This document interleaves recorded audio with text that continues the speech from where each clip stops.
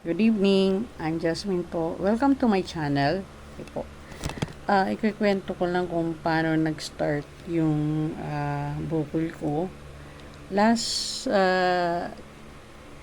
October 2022, medyo doon nagsimula. Pagka kapa ko, may napansin ako na parang nakakaiba. Pero hindi ko muna siya pinansin dahil 'di ba pag nagpapacheck tayo sa doktor, ang karamihan naman ginagawa ng doktor is pinapahiga tayo, tapos pinipindot-pindot, 'di ba? 'Yan naman ang ginagawa ng doktor. Medyo nag-alala lang ako nitong lumipas ng 2 buwan, December 2022, para nag-worry na rin ako. Kaya nung chinek ko, medyo hindi siya maganda. Ang ginawa ko is kinausap ko yung kapatid ko, tapos pinakita ko sa kanya. Ang sabi niya, Achi, kailangan mo na magpa-check up din. Sige, magpapa-check up ako. Tapos pagdating ng katapusan ng December, diba mag-holiday na yon, ginawa ko, tinawagan ko muna si Doc. Si Doc T, tinawagan ko siya kasi kailangan ko muna magpakonsulta sa kanya if ever kung pwede. Sabi naman sa akin ni Doc, sabi niya, Just, hindi ako surgeon. Yan na lang, i-refer na lang kita sa isang kailala ko na surgeon. Sabi ko, sige po Doc, mas maganda po yun. Tapos sabi niya, medyo tinawagan yata niya yung doktor. After niya tawagan doktor, binigay niya yata yung number ko. And then after niya nabigay yung number ko, sabi niya sa akin, Just, binigay ko na yung cellphone mo kay Doc J. Ayoko na lang mentionin yung full name nila. Ano na lang, alias na lang. Tapos sabi niya sa akin, tawagan mo na lang. Ito yung number ni Doc J. Di ang ginawa ko, tumawag ako kay Doc J agad. Tapos nung tinawagan ko si Doc J, sabi niya sa akin, Ma'am, patawag ko, Doc, ano po yun? Doc, pwede ba ako magpa-check up? Kasi medyo may sabi, nakwento na sa akin ni oo. Pwede ka ba sa January 3, Martes, alas 6 ng hapon? Sabi ko, saan po, Doc?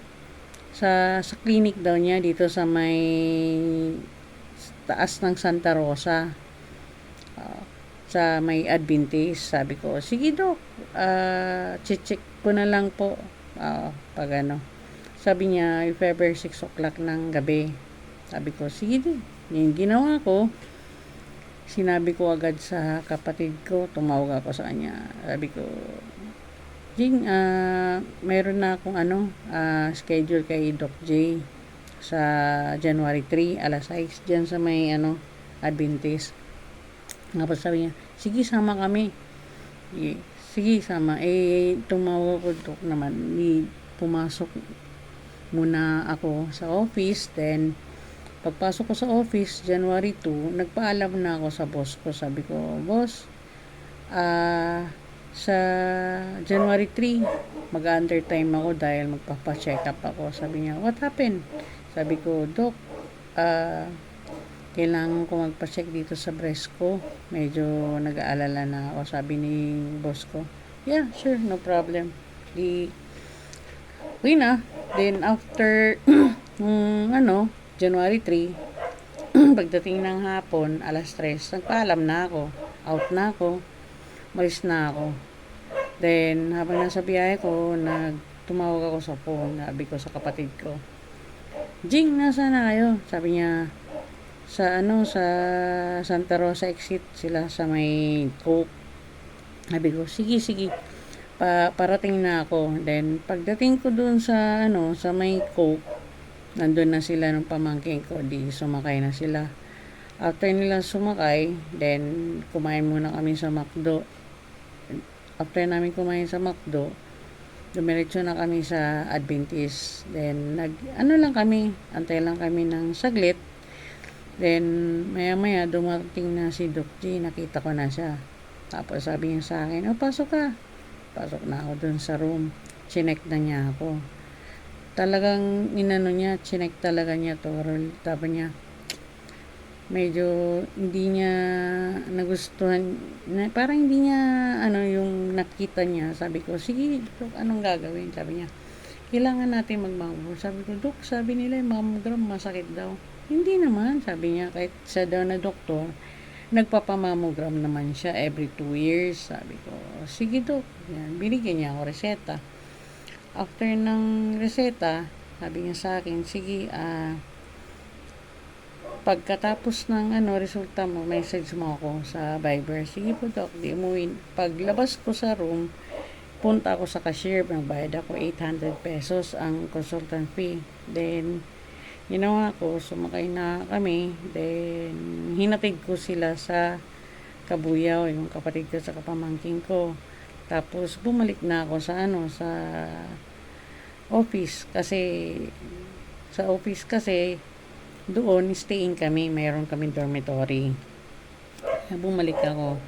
Then, kinabukasan, sabi ng boss ko, sabi ko, sir, kailangan magpa-laboratory ako. Ngayon, umaga nito, tatawag ako sa hospital. Tumawag ako sa hospital, tapos pagtawag ko sa hospital, sa Adventist doon sa May Pasay, sabi niya, may available daw, January 5 ng alas 2 ng hapon. Di sinabi ko doon sa operator, sige, paano ako appointment schedule. Binigay ko pangalan ko, tapos sabi niya, tapos tinanong ko sa kanya, magkano po? Sabi niya, 2,480 daw. Sabi ko, sige po. Kasi siyempre, first time ko naman, hindi ko naman alam. Di, pumayag ako. Nung kinabukasan, January 5, sabi na ako sa boss ko naman na alis ako ng around 12. Sabi niya sa akin, you can use the driver. Sabi ko, sige, nagpaalam din ako sa isang boss na yun nga. Sabi niya, okay lang. Saglit lang naman kasi magpapalaboratory lang naman ako eh. Di sinabi ko sa driver, kumain ka ng maaga kasi nagsabi na ako kay boss na ayun, ginagamit nga daw, sabi yung sasakyan. Di ang ginawa ko, kumain kami pares ni driver kasi libre naman pagkain namin sa office. 11 a.m. kumain na kami. Tapos pagkatapos ko kumain, nagpaalam na ako na alis na ako ng 12. Malis na kami ng driver. Abang sa biyahe kami, kwentuhan lang kami kasi parang lang naman, parang close na kasi kami dyan sa admin office ng mga staff. Kwentuhan lang kami ni driver, sabi niya, sana okay yan ma'am, sabi ko, sana, we just only pray lang sa Lord, wala naman mawawala, lahat naman yan sa kanya. Pagdating namin sa Adventist, sabi ko sa kanya, magpark ka muna. Ako na magbabayad ng parking, sabi ko sa kanya. Sige po ma'am. Di punta na ako sa sa hospital, pababa ako. Tapos pagdating ko dun sa room ng mammogram, sabi sa akin, ma'am, antay lang po kayo. Tapos maya-maya, ito po ma'am, magbayad muna kayo sa sa cashier. Di nagbayad muna ako sa cashier. Then pangatlo ako. Di ang ginawa ko, antay muna saglit. Kasi andun naman niya yung yung nurse na. Then nung ako na, tinawag na ako sa loob, minammogram na ako. Nagmammogram ako, then after ng mammogram, dalawa yun left and right. Then after nun, babas na ako, tinanong ko sa nurse, ma'am, kailan po yung kukuha ko yung result? Tapos sabi nung nurse sa akin, bali, after 3 hours po. Kung maantay nyo. Pero kung hindi naman, bigay nyo na lang po yung yung email address nyo. Di binigay ko email address ko. Then after ko bigay yung email address, then umalis na ako. Tapos tinawagan ko na yung si driver. After patawagin, sabi ko tapos na. Then umalis na kami.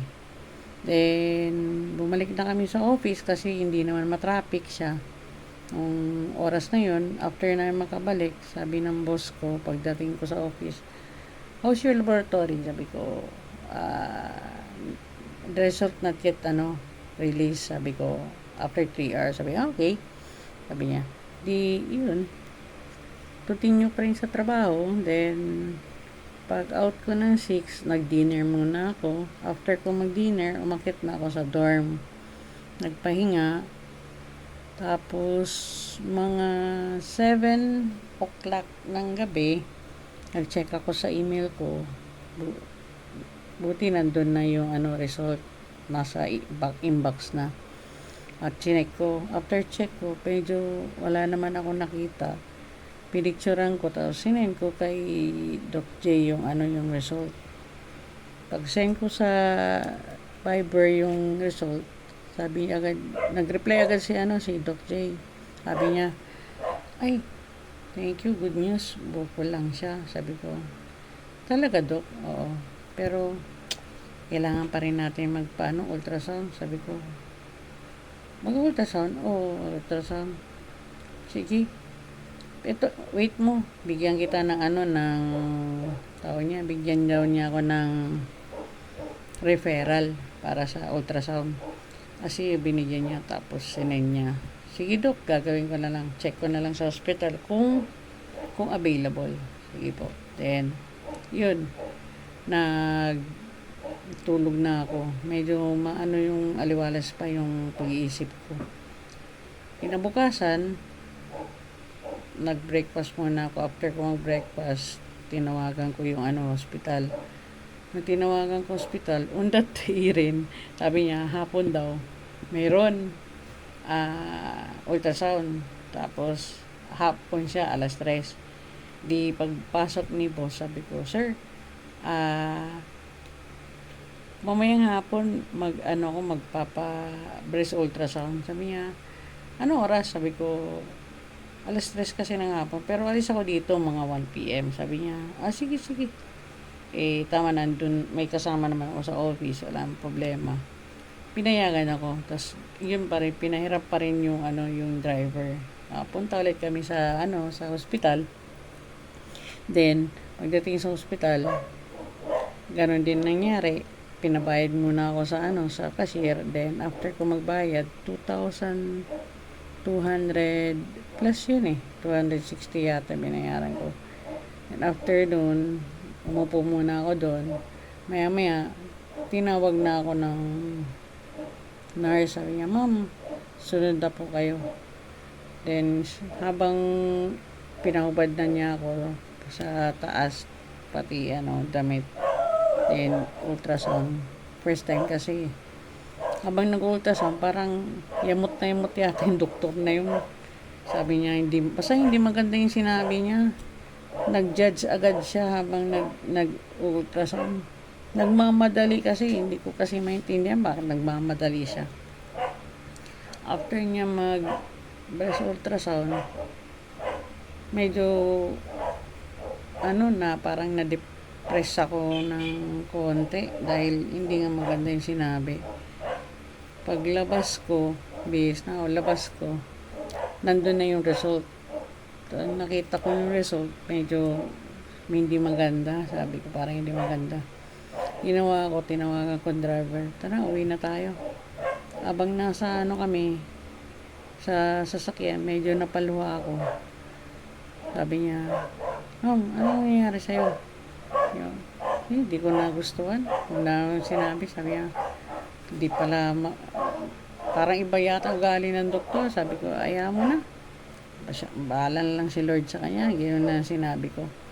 Tapos, pinicturean ko yung yung ultrasound result. Tapos, sinend ko kay Doc. After ko masend kay Doc, sabi niya sa akin, nag-reply siya na if Tuesday, ng January 10, kung available daw ako. Sabi ko, sige Dok, magpapaalam naman ako kay boss ko. Wala namang problema kung magpaalam sa kanya. Pumayag siya. Sige po. Tapos, bumalik na ako sa office. Pagbalik ko sa office, wala si boss. Hindi niya ako natanong. Nasa meeting kasi. Habang ng meeting nila, then nakalabas na ako ng 6 p.m. Bumalik na ako sa dorm. Kasi ang pasok ko talaga sa office is 9 to 6, tapos 6 days a week. Every Sunday ang off ko. Yun. Akit ko, then bali kinabukas, Friday yun eh. Thursday at saka Friday, ako puro nagpa-laboratory. Saturday, okay pa, wala problema. Medyo worry lang ako. Sabi ko, bahala na. Pagdating ng Sunday, day off ko, punta lang ako ng Tagaytay, nagpunta sa Pink Sister, nagsimba, nagdasal, then after nagdasal, umuwi na kami. After namin mag-lunch lang ng kapatid ko sa pamangking ko, mga hapon, bumalik na ako sa office kasi doon naman ako nakatira. Then after doon, wala lang, parang lang ang iniisip ko. Wala lang kung ano man sasabihin sa darating na Martes ni Doktor. Monday, nagpaalam ako sa boss ko na sa January 10, bukas mag-undertime ako kasi may check-up ako kasi i-read ng doctor yung result ko sa breast ultrasound. Tapos kinabukasan ng Martes, trabaho lang, tuloy-tuloy pa rin trabaho. Pagdating ng 3 p.m. ng Martes, nagsabi na ako, boss, mag-out na ako. Sabi, okay. Undertime ako nung Martes na yun. Biyahe na naman sa Santa Rosa. Then, kinaon ko na ulit ang kapatid ko. Nandun kasi sila sa kanto ng Santa Rosa exit. And ang ginawa namin, kumain muna kami sa McDo. After namin kumain ng McDo, pumunta na kami sa Adventist Clinic. Then, pagdating namin doon, medyo na-late si Doc. Pagdating, ilang minuto lang naman yun. Tapos, pagdating niya, ako kasi ang number 1. Sabi niya sa akin, pinag-usapan namin na sabi niya, ganito mangyayari. Kasi na may nakita nga, malignant nga daw. Ayaw niya muna sabihin, pero inaano niya sa akin, in-explain na operahan, MRM, yung mastectomy, radical modify. Tapos, after daw maoperahan, ang sunod daw nun, chemo. After chemo, radiation. Yung sabi niya. Sabi ko, wala pa bang alternative, Doc, na kung pwede, yung patras na sinasabi mo na chemo, opera at radiation. Hindi. Kasi kailangan daw talaga opera. Yan sabi niya sa akin. Hindi. Medyo parang nalungkot ako. Sabi niya, no, huwag ka malungkot. Madali lang naman yan, sabi niya. Sabi ko, tapos, tinanong ko sa kanya, Dok, magkano kaya yung if ever na magpa-opera? Sabi niya, so far wala daw siyang idea, nasa hospital daw kasi almost after ng pandemic, hindi na siya napunta ng hospital. Oo, nasa lang siya, schooling teacher lang siya sa parang bihira lang siya napunta ng hospital na. Sabi niya sa akin, inform ko na lang daw sa hospital kung magkano. Pero bago daw mag-opera, kailangan daw muna mag-laboratory ako. Yun yung tinatawag na liver ultrasound, tsaka chest ultrasound. Chest CT scan, sabi niya sa akin. Siyempre, sabi ko, ganun po ba? Oo, tapos CBC na yung maraming itetest. Fasting daw yun. Sige, sabi ko, sige po. Paglabas ko, magbayad ako sa cashier, 800. Tapos, sabi ng kapatid ko, maghahanap daw siya ng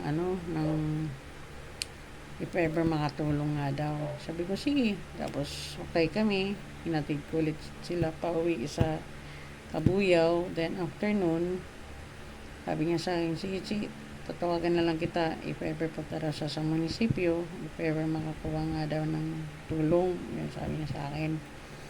Di, babalik na ako sa office. Pagdating ko doon sa office, pahinga muna. Then, after magpahinga, ng ilang minuto, nagpunas muna ako. After ko magpunas, yun, pumasok na ako dun sa bed ko. Dun na ako bumusang iyak ng iyak ako. Sabi ko, siguro, pagsubok ito ng Panginoon sa akin, ikaw na lang po bahala. Sabi ko sa kanya, bahala na lang po kayo kung ano po ang nangyayari. Naman natin, siya lang po ang nakakaalam lahat. Yun ang malungkot kong araw na yun.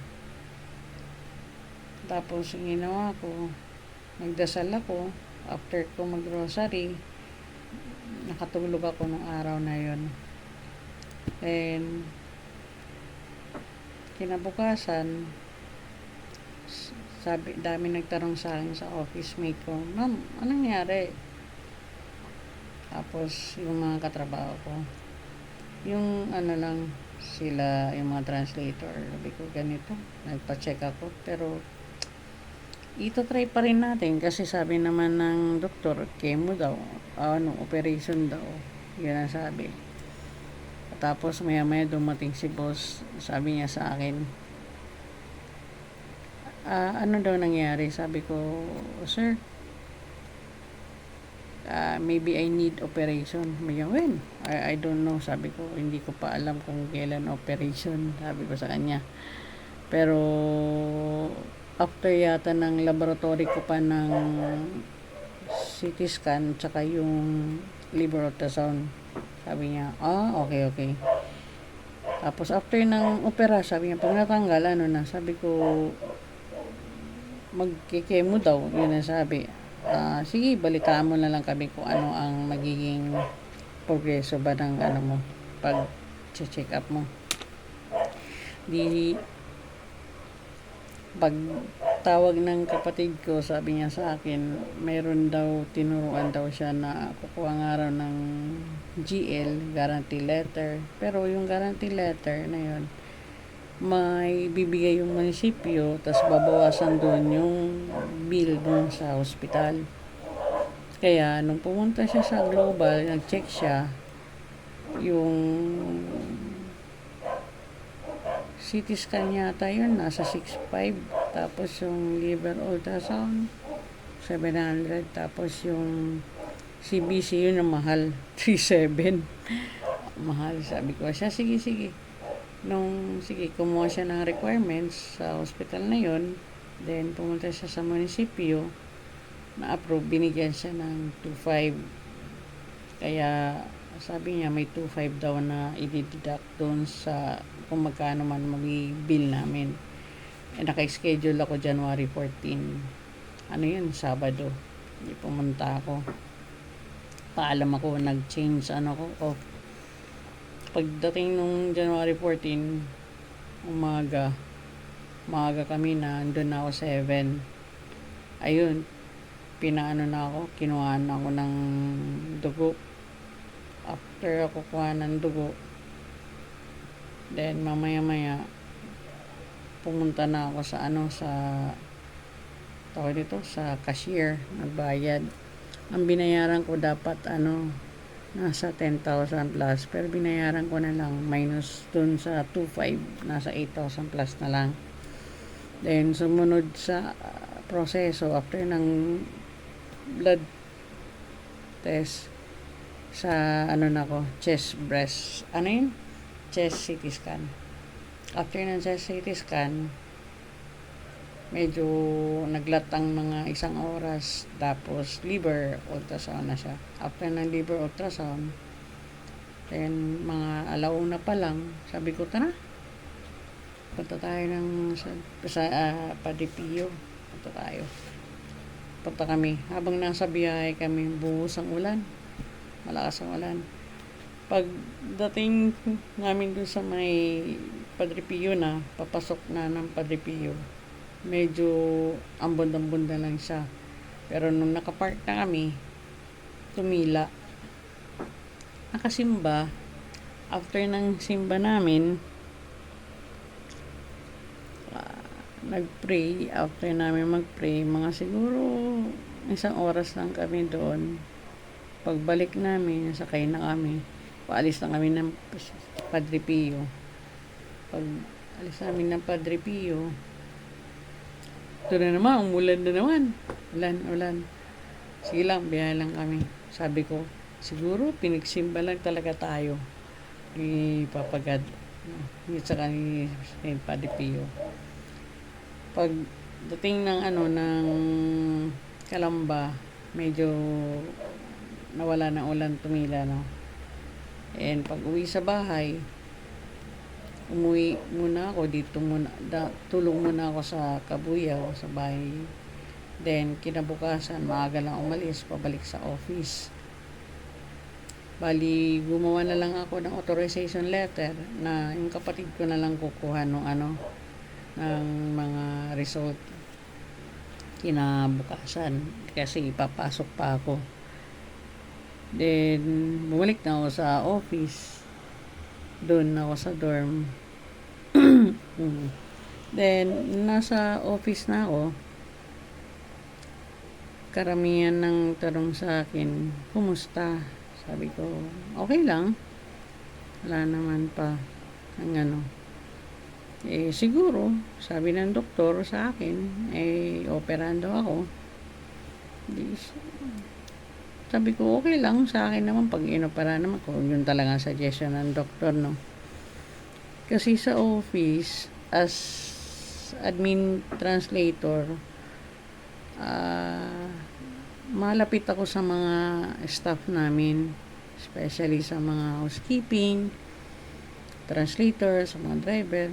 Malapit ako, wala akong tsaka madali rin sila lumapit sa akin dahil ako kasi ang position ko, direct ako sa mga boss doon.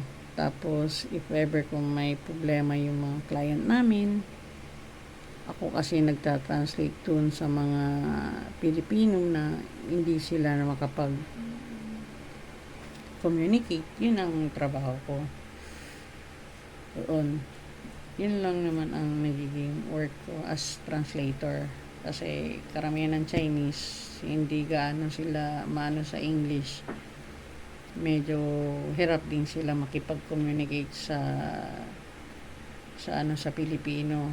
Mayroon lang yung parang basic, yes, no, okay, ganun. Ganyan lang. Pero kung if ever na kailangan support. Nabiyayaan kasi tayo ng Panginoon na makapagsalita ng Mandarin. Kaya yun ang naging trabaho ko as translator.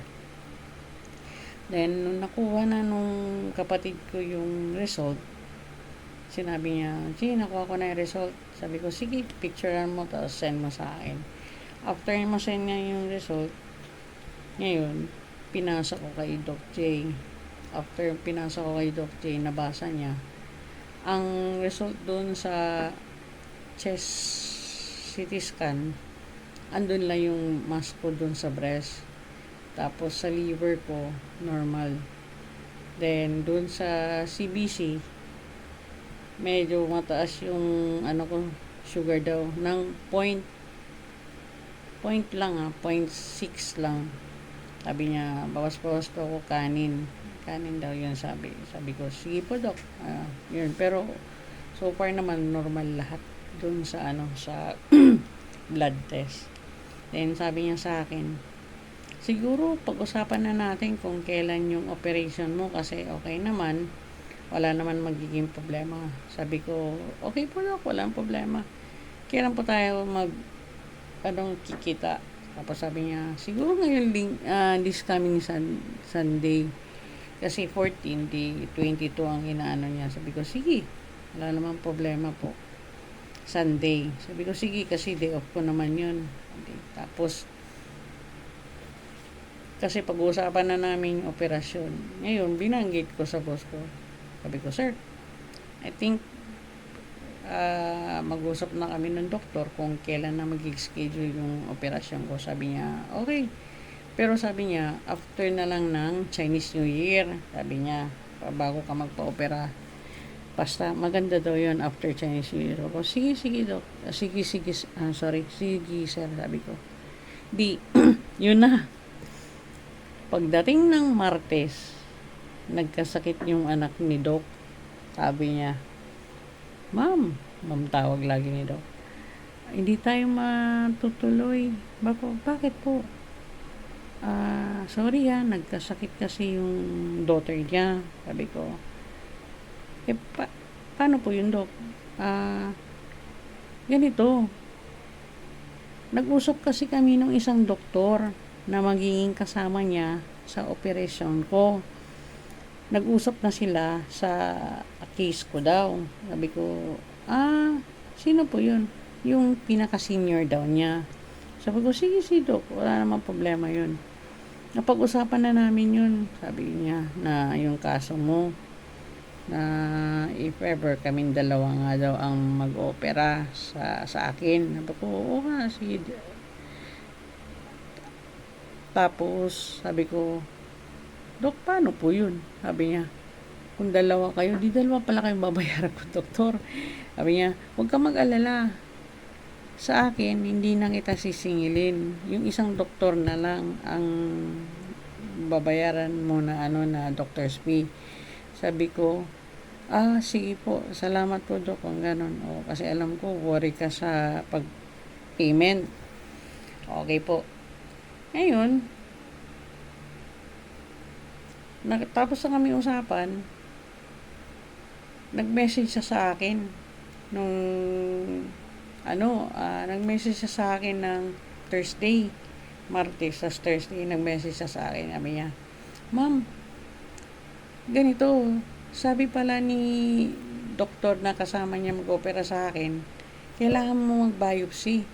Sabi ko, di ba ang biopsy, Dok, pagkatapos ng operasyon sa biopsy?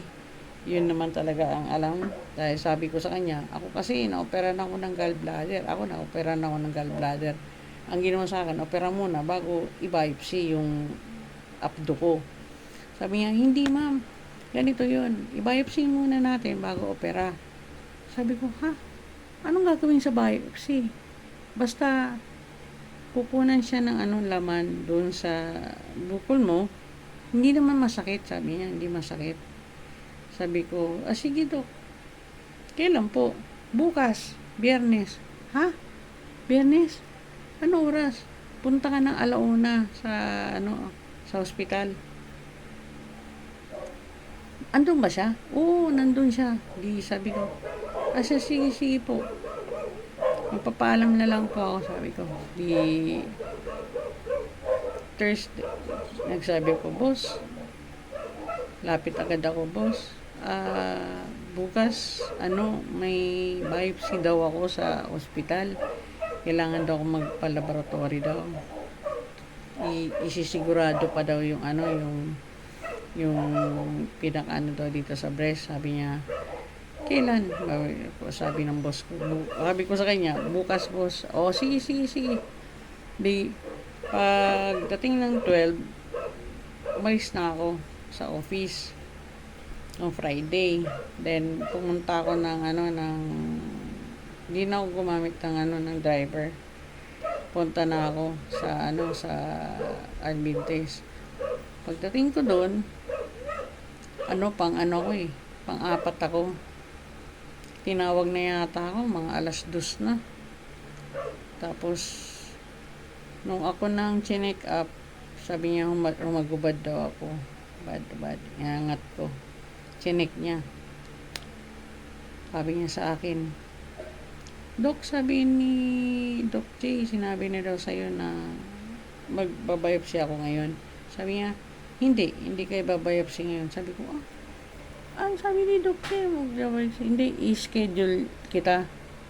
Sabi ko, kailan po? Iwan mo na lang cellphone number mo. Then, tatawagan kita. Sabi ko, Dok, nagtanong ako sa information eh. Kung magkano biopsy. Sabi sa akin, ano daw, 5K plus. Sabi niya, just hindi lang niya sumagot. Tapos sabi niya sa akin, tatawagan kita ha. Tapos, i-schedule natin yung biopsy mo. Okay? Yun lang. Tapos, sige. Lumabas ako, nagbayad ako sa sa cashier, 800 din ang consultation. And, malis ako, tapos bumalik na ako sa sa dorm namin. Maya sinabi ko, nung habang pagbalik ko sa dorm, tinawagan ko si Doc. Doc, sabi ni Doktor, hindi daw ako ibabiopsy. Sabi niya, daw, i-schedule na lang. Saglit, sige, message ko siya. Tapos, minessage yata niya. Then, after naman, sabi niya sa akin, ay, i-schedule ka na lang daw sa biopsy. Di, ako naman, yun. Di, sabi naman ni Doc J, di, schedule daw. Di, antay na lang ako. Di, inantay ko. Then, Friday. Pagdating ng Sunday, day off ko yun, punta kami ng simbahan sa Pink Sister, nagsimba kami. Then, after namin magsimba, sa Pink Sister, di pababa na kami ng Tagaytay, may nagring sa phone. Sabi ko, sino ito? Sabi ko, ay, sinagot ko. Hello? Sabi ko. Kasi, yun pala si Dr. L pala. Ako, yes po, Doc. Sa Martes ka na ng umaga, alas 6 dito sa ospital. Dapat maaga ka. Kasi for biopsy ka. Sige po, Doc. Tapos sabi ko, Doc, magkano po? Sabi ko. Sabi niya, mag-prepare ka na lang ng 45 to 60,000. Sabi ko, ha? Ang laki naman, Doc. Bakit sabi dun sa information, 5,000 lang? Karayom lang yun. Sabi ko, ay, Dok, saglit. Hindi ako tutuloy kung ganun. Ang mahal naman, 45 to 65 o 60,000. Hindi ko kaya po yun, Dok. Sabi ko, cancel na lang muna, Dok. Hindi ko kuha na. Sabi niya, hindi ka tutuloy? Hindi po. Sorry po, Dok. Hindi ako tutuloy. Sabi ko, sige, pag-isipan mo. Gumanon siya. Di, binaba na niya yung phone. Maya-maya, tumawag ako kay Doc J. Doc J, ba't ganun? Ang mahal naman, 45 to 60,000. Ayun, sabi lang naman sa akin ng hospital na nagtawag information. Nagtanong ako, sabi, 5K lang. Di, sabi niya, saglit, tawagan ko. Di, tinawagan niya si Doc L. Nung tinawagan niya si Dr. L, sinabi niya sa akin, ganun daw ang presyo. Sabi ko, Doc, pasensya na. Hindi talaga ako tutuloy. Isip muna ako, Dok, ang laki naman yan, 45 to 60,000, hindi ko kakayanin yan, biopsy lang. Paano operasyon pa? Laki-laki pa. Sabi ko, hindi mo na ako tutuloy, Dok. Pasensya na po. Sabi niya, ayaw mo talaga ituloy? Hindi po, Dok, wala akong ganong pera. Gumanon ako. Binaba ko na yung phone, tapos sabi ng kapatid ko, bakit kaya hindi ka mag-try sa PGH? Kasi sinasabi ng yung isang kapitbahay namin, i-try ko daw sa PGH. Sabi ko sa kapatid ko, sige, tatry ko na nga lang sa PGH. Bali, yun. Magse-second opinion na ako. Okay.